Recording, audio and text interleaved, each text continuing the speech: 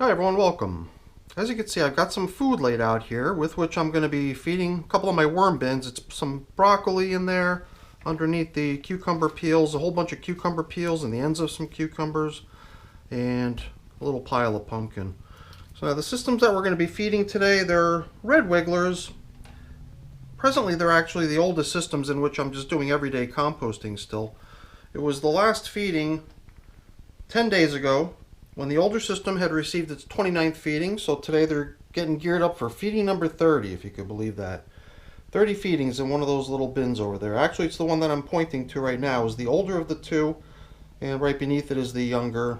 The younger one is the so-called original red worms that I've got from my original first batch of worms that I ever had, and they kind of are kind of around for a nostalgic reason, I guess, keeping them separate as the one bin in which I've got worms that I can definitely track back to my first population. So we will get to feeding the younger bin, the 370-day-old original worms, but that'll come next, following our sort of traditional method. We're starting with the older of the two systems, the 325-day-old system getting its 30th feeding. And I think what we've been using anymore, sort of our measuring stick, whether we're going to continue or start to drive towards harvest, has been, I think the main thing that's been keeping me going is the presence of the occasional leaf stem. Look at these little, I guess they look sort of like snails or something, the way they're all curled up, but I think they're just millipedes. I don't know. I think I even brought attention to them last time. And it seems like things are pretty damp in here. I don't know. One of these days we're going to have to see some progress on these pieces of almond skin too. Must have been a month now that we put those things in here, and they're still around. So yeah, when we get to the next system, even though it's younger, I do feel like it has somehow a material in it that somehow feels to me like it's further progressed than this stuff has. One of the measuring sticks, as I mentioned earlier, is the leaf stems, and when I continue to see pretty good sized leaf stems in the material, then it tells me, well, a little bit longer and I think we'll be there, but I'm not feeling that here quite yet, but we're getting there, definitely very close. Last time we fed 10 days ago, we were just sort of getting back into the mode of using these systems as everyday composting bins. I think once before, a few feedings ago, we had already started getting that feeling like, hey, maybe it's time to start winding things down, and then we said, hey, let's just keep going. So we did. Oh my goodness, things are either very damp down here or it's just a big load of worms. Such a weird feeling when you stick your finger down into it. How the whole thing just squishes and it feels like pure mud.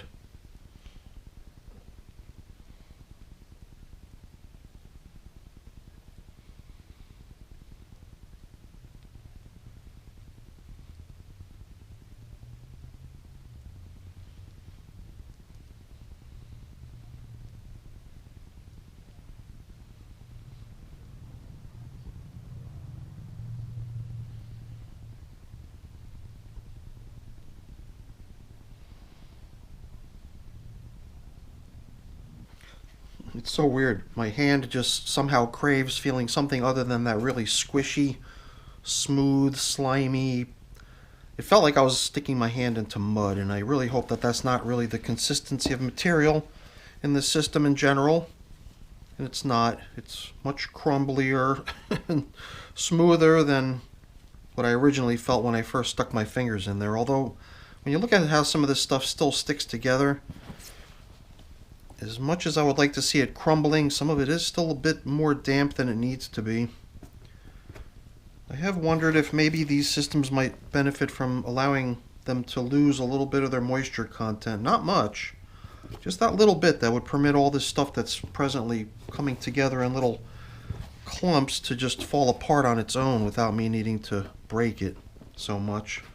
That I think would be probably a moisture level that's still suitable for, the worms to remain comfortable in this stuff, but at that point possibly even smooth enough and crumbly enough that if you had to or wanted to, you could perhaps use a screen or a sifter approach to separating the castings from whatever's in it. Yeah, you know, I'm starting to think about that piece of paper that was just resting out on top of the bubble wrap in the beginning. And when I removed it, it was really just there to provide shade underneath the plastic. It's never really been in contact with the worm traffic. However, it's been down in the bin as a shade for a while, and maybe it's time for a promotion. Put it to use in a more productive way. Now, I don't have coffee for them today, but I do have some coffee filters. And I thought I would deliver the food in some paper. Well, that was sort of what I did last time. I had laid down some napkins or paper towels or something like that, as well as a couple of those coffee filters that we just saw there.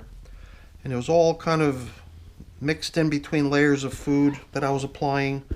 And the thought was that if they needed something a little bit more rich in carbon content versus just the kitchen scrap, high nitrogen content kitchen scrap type foods, then they would have that there as well. But it also seemed like if they didn't really need it, if they were just going to sort of reject those pieces of napkin or coffee filter, then those things would remain intact, so they could easily be brushed aside or pulled out.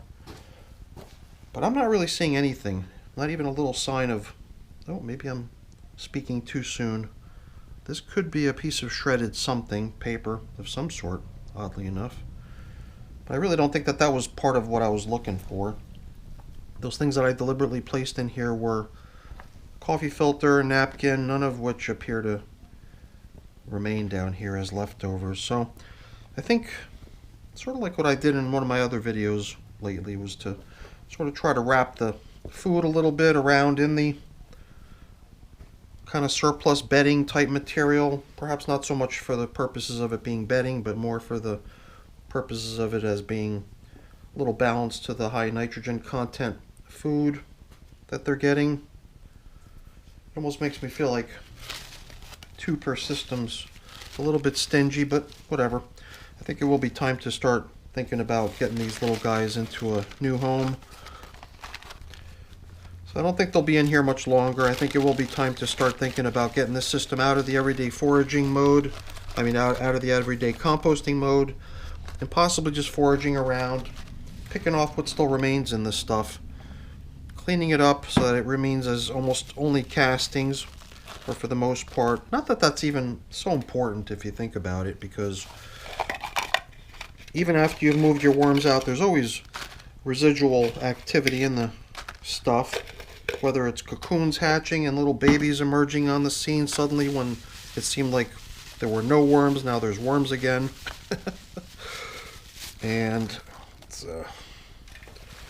put the rest of this stuff back for the other system. Seems like a good fair split. Look at this stuff. They're going to love this. And none of this, I believe, is going to show up as leftovers next time either. Broccoli, they're going to love that. They're going to do that stuff quick. Pumpkin always goes pretty quick too. It's just so full of moisture content.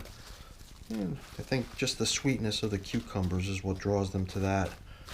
But that to me looks like a really awesome feeding that I think they're going to like a lot.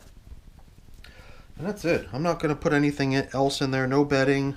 Although you might consider these couple of pieces of paper placed below the food as bedding. And in a way it is, but it's really just there to sort of help balance out the kitchen scraps, the fruits and veggies that they're getting. Fruits? Oh, I don't think there were any fruits today, just veggies, right? Pumpkin, broccoli, and cucumber. All right. Very nice system. It does seem to me like the stuff that I still consider as a little bit of a thorn in my side when I look at my finished castings is these little sticks and stems. It does seem like there's very few of them remaining in this stuff anymore. So let's kind of follow through on this idea I had here, which was to, rather than, you know, just take the plastic bubble wrap that was covering the material directly on top of the bin's contents. I think what's going to be in contact with the bin's contents will be this piece of paper now instead. And I kind of like the way it actually extends beyond the edge. And I can sort of fold it up a little bit. This way we've got very, very thorough coverage. which means stuff will gradually dry beneath it, but I think in a more steady, consistent way by not being directly exposed to the air, but I think still exposed sufficiently that it, what about these little guys on here? Guess I'm going to have to evict a couple of these worms, otherwise they're not going to be in a good spot. Although, if we turn this thing over, they're going to sense the dryness, but I don't think it'll be dangerous dryness. And hopefully they'll be able to slither their way to a spot where they can get around the paper and back down into the bin if there's any more of them on here. Is there? Or was just those two that we rescued? All those little snails looking things, those little millipedes, I think they'll get off here on their own just fine without any help. It just seemed like the worms could have probably gotten into a little bit of trouble if we didn't give them a helping hand, right? All right, on to the younger of the two systems, the original worms.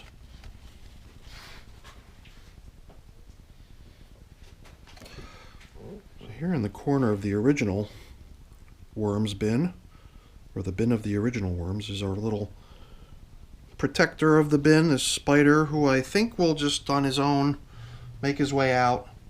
I'll just kind of do my thing and they'll somehow always manage to steer clear of me, and I manage to steer clear of them.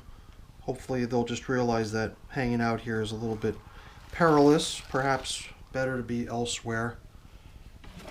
So now I was actually thinking, you know, we're going to come in. I didn't have a piece of newspaper providing shade here, so I prepared one for sort of being under the plastic. This piece of cardboard, this thing's been in here providing shade for this system for a while, but I think we're going to sort of demote it in a way. We're going to put it on, what's the best way to think about it? We're going to sort of just put it on inactive duty, but it'll still be on standby, because I think at some point soon we might be able to use that stuff to protect our nice castings. Oops, from any debris in the feeding area when we try to maybe migrate these worms out. If we set up a horizontal migration, that cardboard could possibly come into service again as a little partition wall, something that the worms can make their way through easily over into the worm collection area while still keeping the nice finished castings free of any debris getting stuck in there. All right, I think we got them all. Or no, not yet. All right, this too. A little bit complicated, making sure you don't have any castaways stuck on the plastic. If the plastic's going to go into a spot where it's maybe a little bit tricky for the worms to get off of, although I think with the paper and then the plastic on it, I'm sure the worms will be able to figure that out without them getting into too much trouble, at least I hope. So I don't know. What do you think? Is this stuff kind of looking more mature to you than the other stuff did? Because I mean, I still see little stuff that shows up as like a leaf stem, but they're all so thin and so fragile anymore. Seems like all the larger ones did finally get done away with.